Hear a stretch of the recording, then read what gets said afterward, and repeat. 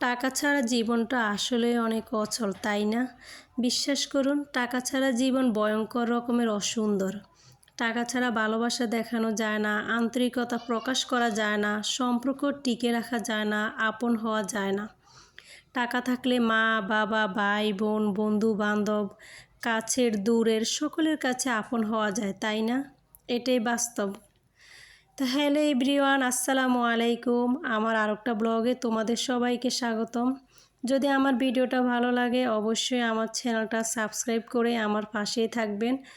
তো চলেন পুরো ভিডিওটা শুরু করি। তো আসলে এখন যেহেতু তোমার শীতের সিজন চলতেছে, তো আমরা এখানে ধনেপাতা দিয়ে একেবারে তোমার চিংড়ির ভর্তা বানিয়ে নিছি গাইস। আর তোমরা যদি চিংড়ির ভর্তার রেসিপি দেখতে চাও অবশ্যই আমার শর্টসে গিয়ে দেখতে পারো, ওইখানে দেওয়া আছে।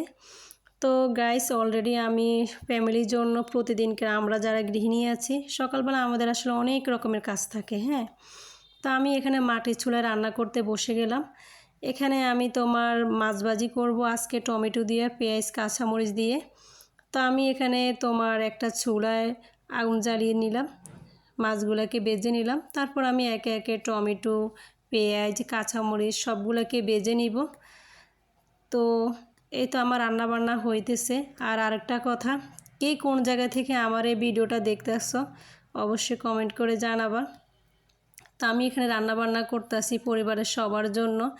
আসলে আমরা যারা মেয়ে আছি গৃহিণী তাদের আসলে সকালবেলাটা কাটে অনেক কষ্টের মধ্য দিয়ে গাইস। অনেক কাজ করতে হয় সকালবেলা, সবার জন্য রান্না বান্না করতে হয়, ঘরের কাজ করতে হয়। বাচ্চারা মাদ্রাসা থেকে ফিরলে তাদের জন্য আবার করতে হয়। আসলে এটাই জীবন, তাই না? কি অদ্ভুত আমাদের মেয়েদের জীবন। তো যাই হোক, আমি এখানে মশলা কষিয়ে টমেটোগুলোকে দিয়ে দিলাম। তো ভালোভাবে কষিয়ে নিয়ে তারপর আমি সামান্য পরিমাণে পানি তাতে অ্যাড করে দিব। ভালো করে পানিগুলা ফুটিয়ে এলে তারপর তার সাথে অ্যাড করে দেব মাছ।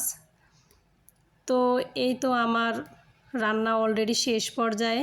তো তার উপর আমি ধনেপাতা দিয়ে দিব। তো এখন আসলে শীতের সিজনে যে কোনো খাবারে, হ্যাঁ, ধনেপাতা দিলে অনেক ভালো লাগে। খাবারের স্বাদটা আরও গুণাগুণ আরও বেড়ে যায়, অনেক মজা লাগে।